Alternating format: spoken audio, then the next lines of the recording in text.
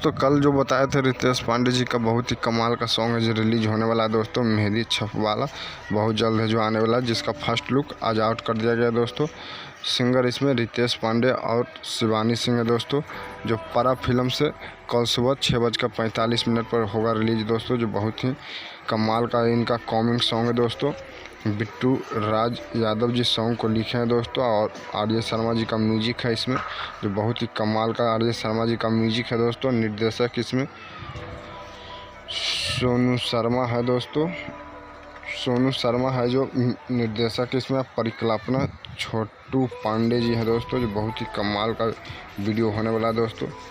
बता दें वीडियो में जो एक्टर्स है दोस्तों, आस्था सिंह है जो रितेश पांडे जी के साथ में वीडियो में ठुमका लगाते नजर आएंगे दोस्तों। एक बार फिर से तहलका मचाने के लिए रितेश पांडे जी के साथ से परा फिल्म यूट्यूब चैनल से बहुत जल्द है, जो कल सुबह 6:45 पर रिलीज होने जा रहा है दोस्तों इसका फुल वीडियो। तो आप लोग सॉन्ग सुनने के लिए कितना एक्साइटेड है दोस्तों, कमेंट जरूर करें। हमारे चैनल को सब्सक्राइब कर ले दोस्तों भोजपुरी अपडेट।